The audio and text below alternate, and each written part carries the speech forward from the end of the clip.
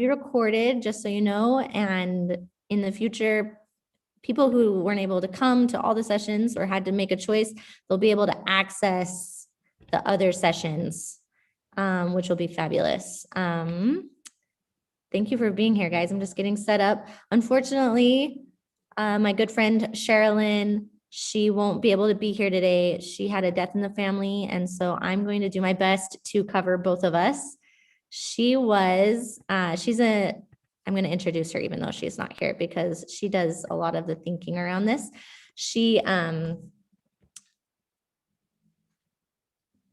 This is Sherrilynn's family, and she's an admin with Snake River School District. She's the curriculum director, and she's my soul sister.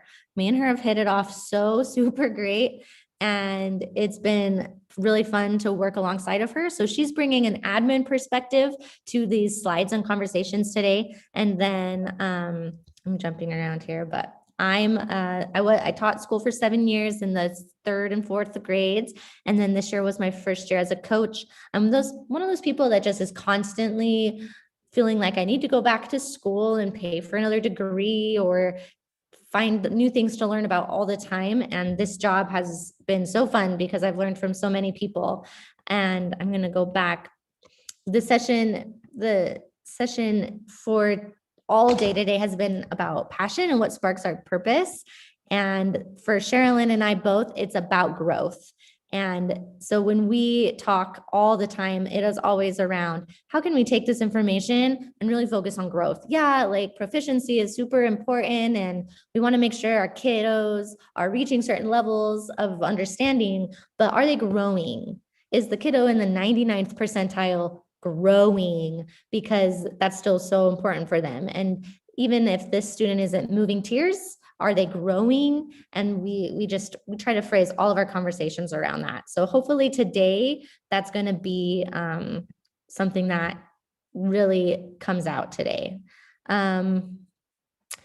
I would love, Elena, I see your message. Elena or Jill, both of you. I can't see my chat and I don't have my buddy here. So if something comes up in the chat, would you guys help me out? Just unmute and share out, or even better, I'm going to show you the super secret way. I'm going to send you a private message and the chat will pop out for you, even though you're screen sharing. Yes. Thank you. Okay. That would be fabulous. So I'm going to start today with our essential questions. How can viewing the IRI formatively drive and enhance instruction? How can students and teachers work together to track growth? So a lot of our conversations today will be in more of a formative way, because I don't think the IRI, or if you're here from Idaho, the iStation gets considered in a formative way enough. And it's really, really life-changing when we can convince our brains to start doing that. So our learning goals will be to discover new ways to access and use IRI data to monitor growth, to explore and deeply discuss sample IRI data in a case study scenario, and to reflect and plan on how to use the IRI in a more formative way. Okay, Jill, now what do I do to see my chats? Oh, just leave it up on my screen. I see. Okay, thanks.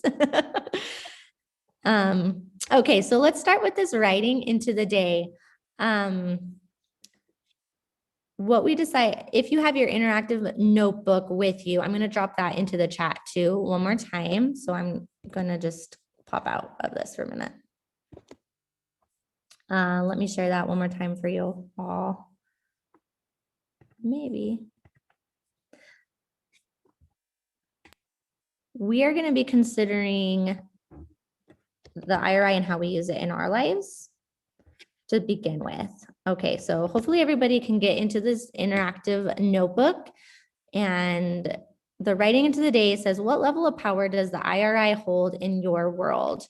And you can consider either a spark or a torch or a campfire. So the spark would be very little power. I just do it because I have to, or I don't know how to use it more fully, which is totally fine. If you're just starting out, don't feel burdened by that. Or does it feel more like a torch where it's starting to light a bigger purpose, but you can't fully see the bigger purpose? Or does it feel like a campfire that's powerful, warm, draws people in? It's multi-purpose. It can be used to light other fires or ways forward in your work. So I'm going to give you some time to consider that in your reflective notebook. You can just also write this down on a blank piece of paper if you need to do that way. That's definitely fine. We're going to have about 5 minutes. Actually, no, we're going to do 7 minutes to consider this.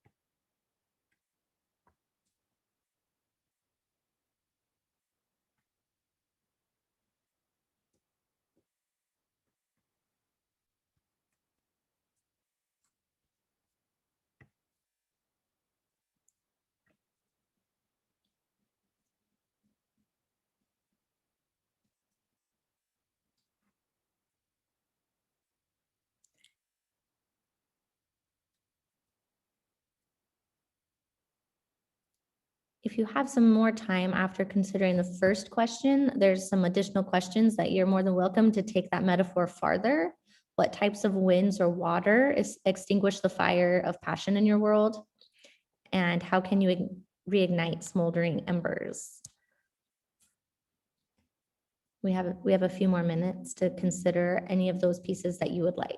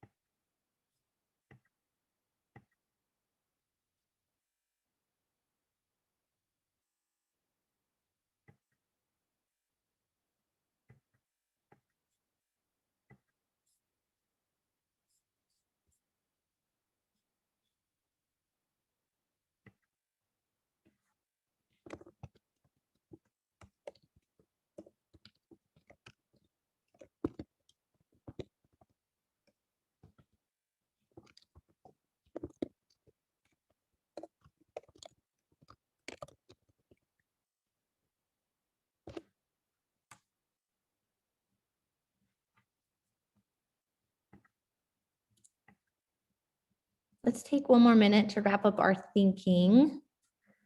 I'm seeing faces that look like they're maybe finished with their thinking and writing, which is awesome.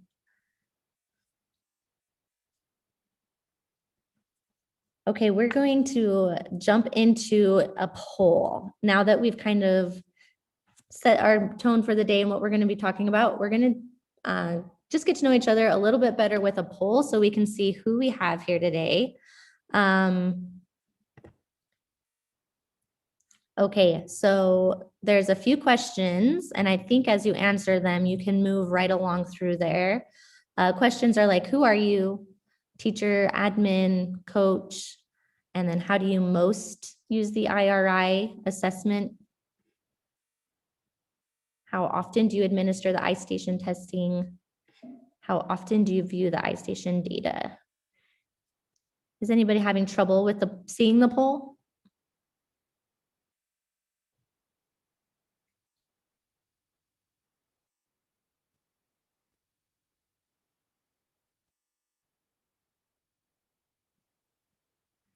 Okay, I think I see some results coming in.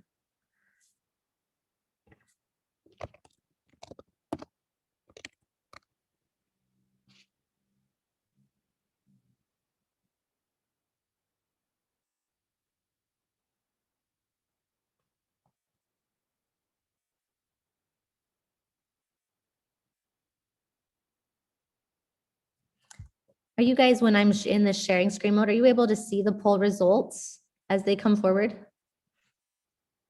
No? Okay. I'll talk us through them then.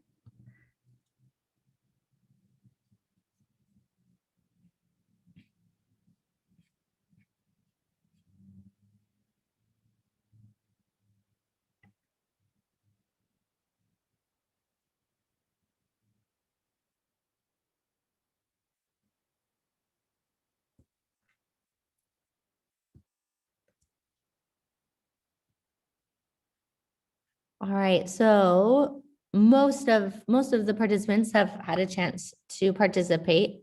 Don't feel stressed if you haven't got finished yet. So far, almost everybody's a teacher. One person here is something different, and there might be more too. Most of us use the IRI assessment in a 50-50 way, formative and summative. About 62% say that, 31% say formative, mostly formative. Oh, let me see if that works. Are you guys able to see the poll results now? Okay, that's fine. I'll continue.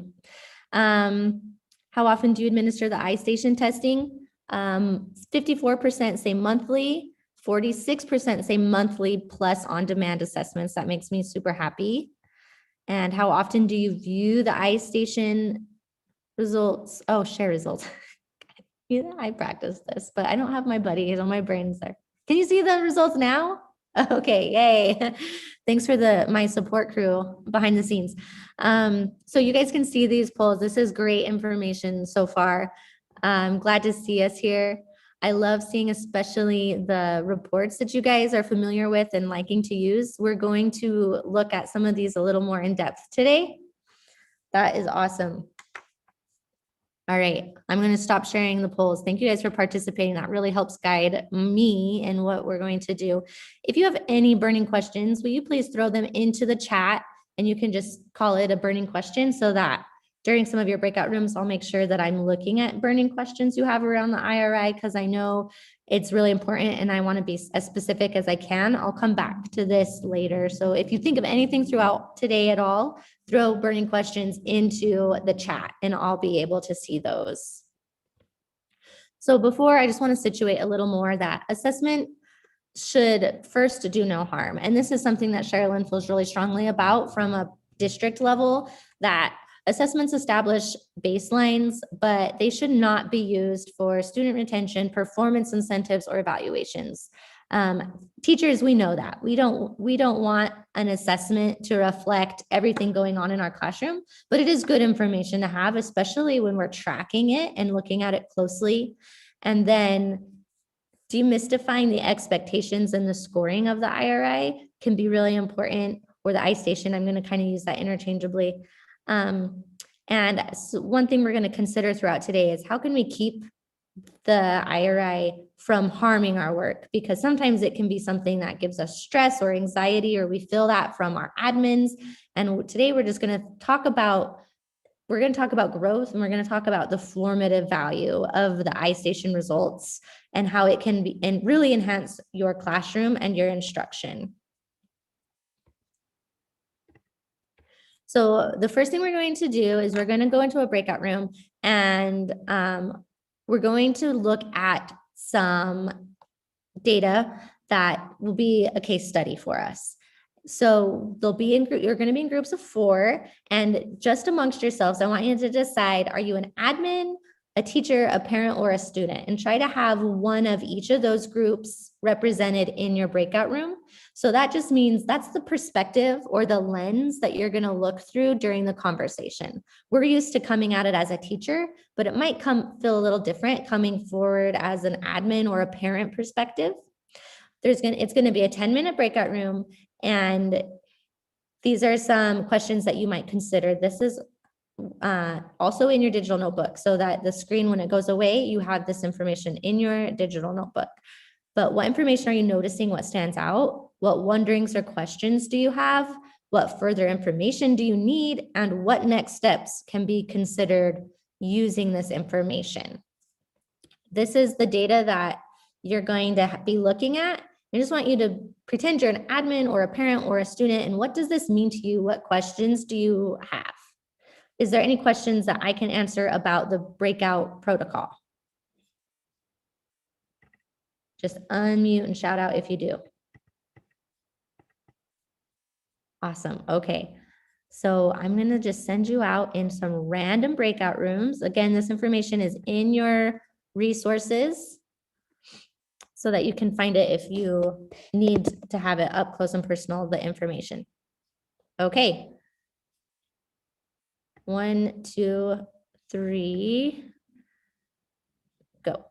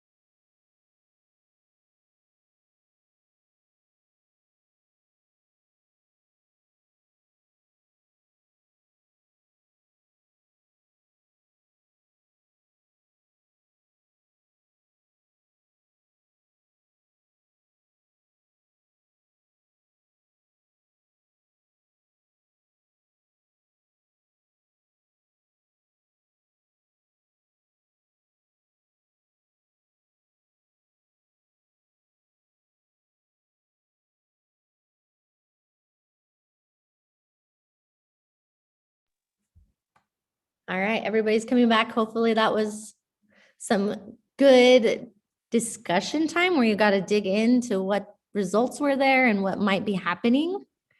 We're going to have a inner outer circle strategy to share out what you guys talked about. So let me share my screen and I'll show you. So now that you guys have done some chatting, I want to just hear some of you who are brave and we'll share out to the rest of us. First, the first round will be our inner circle speaking only if you chose to come from the admin or teacher perspective. And the outer circle, they're just going to be listening and learning from the parent and students. So anyone who came at that information as an admin or a teacher, will you just share out some notices or wonders from your conversation?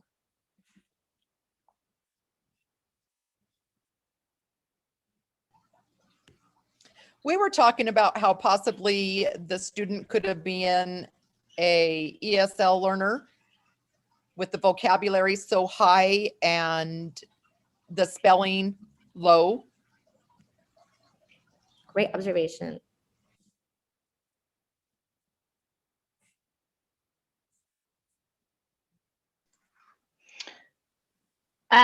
We in our group were thinking that we don't have enough information.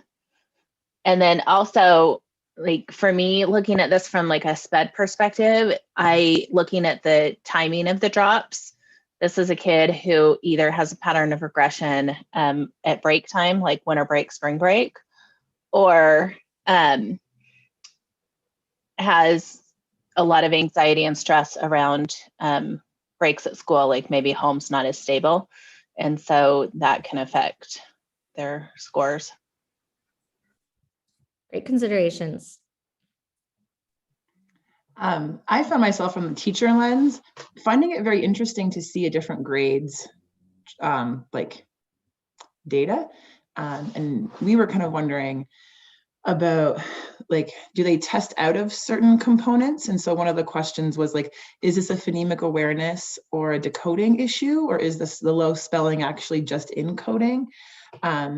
And we were just discussing that sense of like, in younger grades, there's more components. And so there's more information. And I was wondering if kids test out of that or if they grow in terms of age out of that. Great question from the teacher perspective. Yes, students will test out.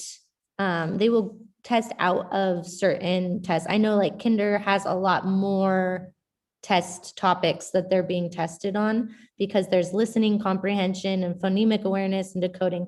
And so, yeah, that is something that comes forward. I don't remember if the grade level is shared on this document that you have. Did anybody see a grade? It's third grade because of the benchmark score. The benchmark for third grade is 234 for overall reading, 236 for comprehension, 232 for vocabulary, 233 for spelling, and 43 for text fluency. So just looking at the areas that are shown and the benchmarks, it's a third grader. Awesome. Any other questions for right now or notices at all? Thank you. Okay, so now we're going to switch roles. If you were an admin or teacher, your job is just to kind of listen now, and parent and student perspective, what comes forward that might be a little different or the same? I don't like spelling. I was a student. Sorry, I'm just going to jump in with my student voice. I don't like spelling, and mom says that's why we have autocorrect, so I shouldn't have to practice spelling. Love it. Okay, I love that perspective. Thank you for getting in character. I was a parent perspective, and having all of those graphs were really confusing to me as to really how my child is doing in reading. There's an overall box, and that's what I focused on. I don't understand the rest of those boxes and all those dots on there. Great. Definitely very valid.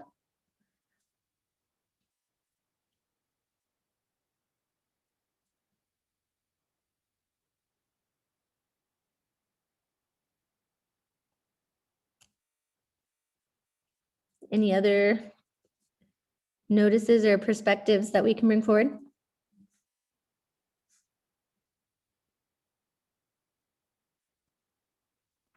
Okay, awesome. Thank you for thinking around that.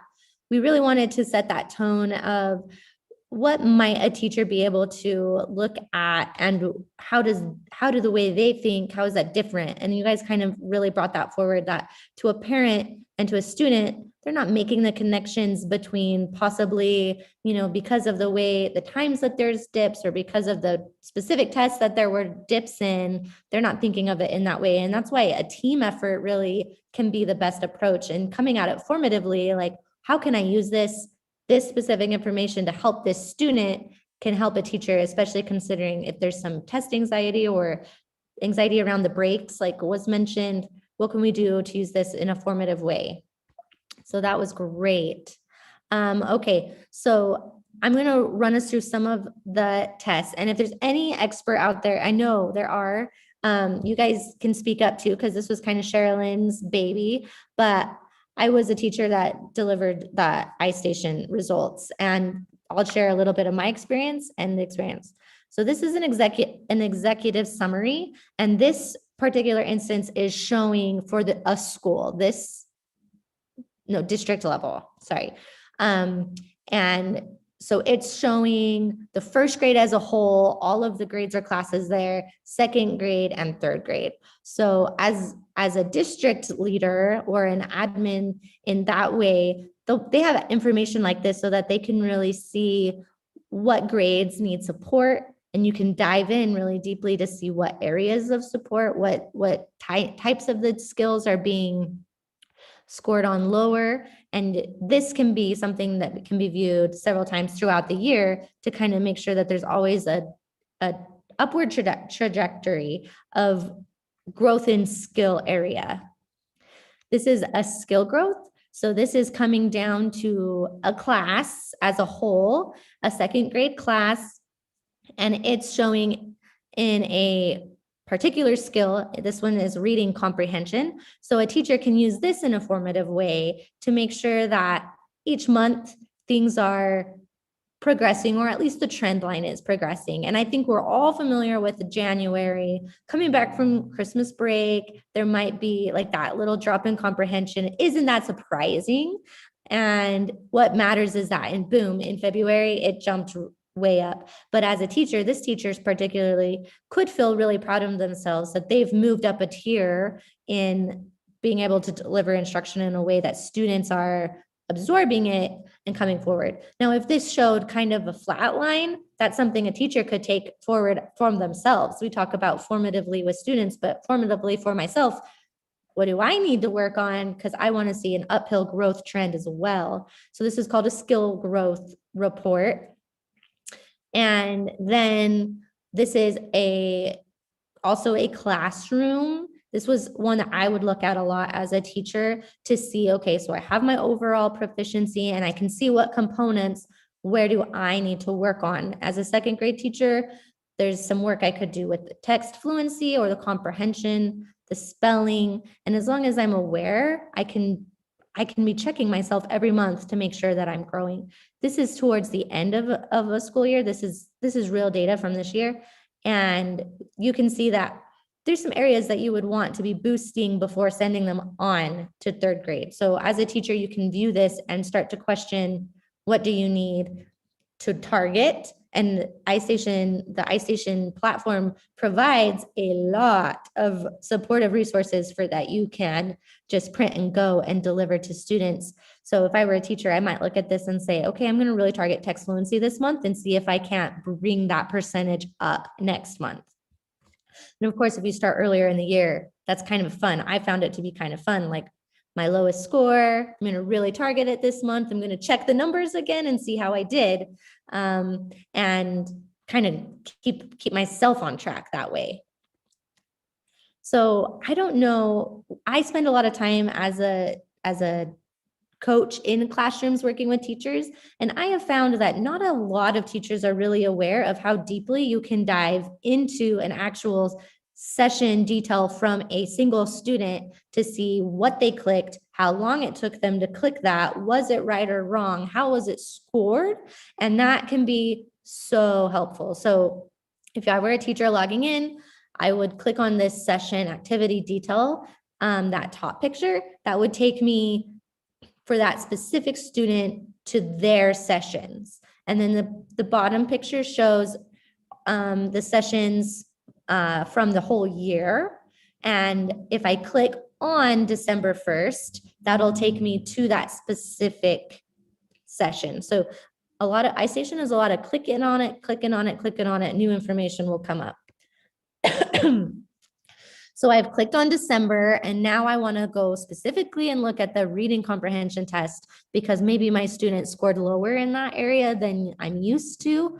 But if I can click on it, and then I can actually see the questions that were asked, what the response should have been, that's what the check mark is, and then what the student chose. And you can see the score too. And then there's also icons that can appear here. You can see in like the left-hand corner, the red circle, there's a key that means things like timeout, or if a student takes too long or they're messing around too much. Sorry, I need a drink.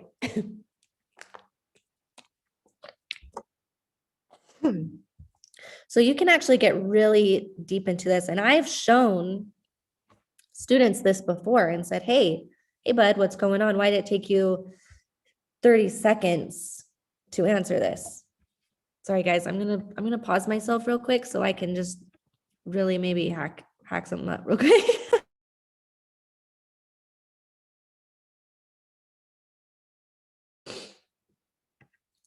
All right, let's keep going. So another important report, and I didn't use this report as much. This is a new report to me. So if somebody has used this report a lot, you can jump in and join, but this is a rate of improvement report. And it is showing you the kind of the growth, like the rate of growth that's happening within each tier. And so you can go and see yourself, are all of your tiers growing at a substantial amount? And that might help you like know which tier that you need to focus more in on. Okay, we are going to watch this video all together.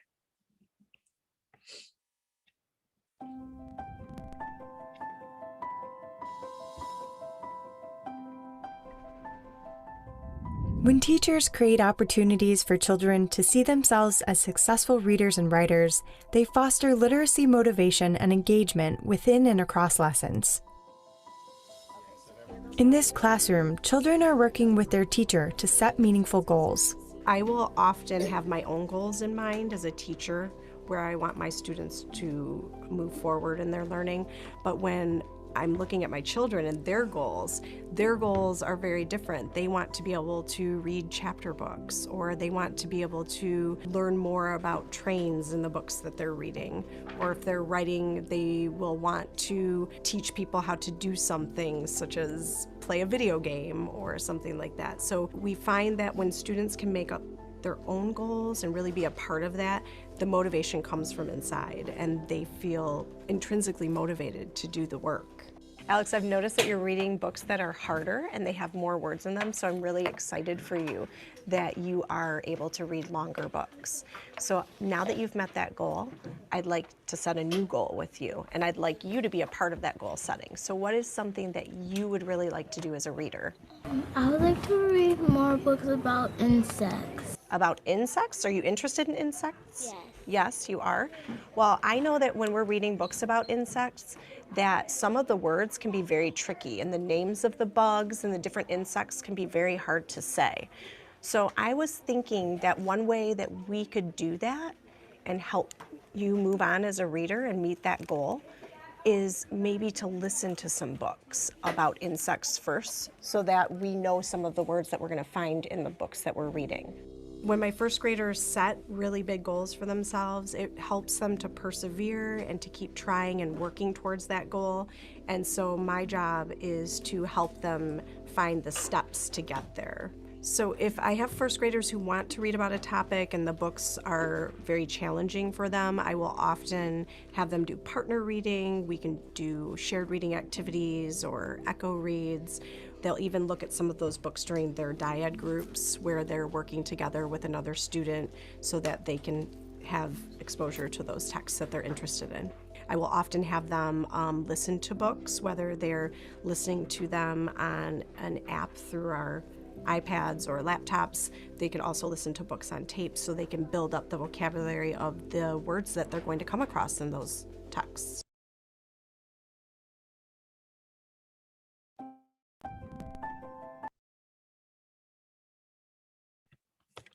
Okay, awesome. Thanks for persevering through that coughing fit I was having. We're going to do something really fun now. If I can get to my next slide without, there we go. So just a couple ways to focus on growth with your students is to allow them in to track themselves. And I know that any grade from K clear up, they can be involved in this. These are some examples of in my classroom how I would like to track. The top picture shows whole classroom proficiencies. We would set a goal and then we would try to reach there. And you can see our goal was 80%. We didn't always get there, but we would talk about it a lot and kids were really involved in that. And then also a big thing is for students to be involved themselves, graphing their own charts. And so I think that the iStation allows a really great opportunity to take each level that they're being tested on and be able to kind of graph that themselves, whether it's coloring boxes like this or bringing in math and a chart and saying, okay, I'm making my own picture because I understand myself. And now I can understand, or now I can explain that I got better this month, or I didn't get better this month. What can I do? And it will just add some ownership to their lives to be able to chart it and make a goal around it for themselves. And then if you come back to that every month after every iStation, they're going to be really invested in themselves and their own growth. And they might be the ones to say, oh man, I didn't do so great this time. I did better last time. Is there anything I could do? And as a teacher, I would absolutely allow them to use that on demand to assess, like, if they had a bad day, an off day, or coming back from a break, or any of those things, to give them the opportunity to not just leave that bad day a bad day, for them to have another chance to show what they know, so that becomes what's important to the classroom and to the students. So sorry, guys. Okay, our next breakout room is going to be so fun. So we actually have more time. So we'll probably be a 10-minute breakout room. And I'm going to throw you into a random group of 4. And what that teacher did in the video was so awesome, because she was able to connect a student goal that the student had to something specific that she needed. So we're going to go into our breakout rooms. And these are some possible student goals. I tried to write some goals that would be age appropriate, anywhere from K through 3. And what that teacher did was she took a student goal of reading about insects and she connected that to listening comprehension and vocabulary. And those are goals that the teacher might have for that student. And because of that, she allowed both of them to work together to create a plan that would allow for growth and thriving. So what you guys will do in your breakout room is you can pick any of these student goals that your group decides that they want to focus on, and then connect it to an IRI subscale that would be a good way to tie in, and just kind of brainstorm a plan together of what you could do with a student to focus on the growth of a student goal as well as a teacher goal based off of the IRI and iStation subtests. Can I answer any questions about what you'll be doing in this breakout room?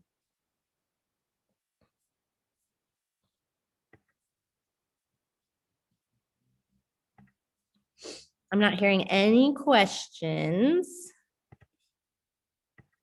Okay, so for 10 minutes, you guys are just going to pick any student goal that you want and connect it to an IRI subscale. These are also in your digital notebook, this information, so that you'll be able to be guided in that way. Okay, here you go.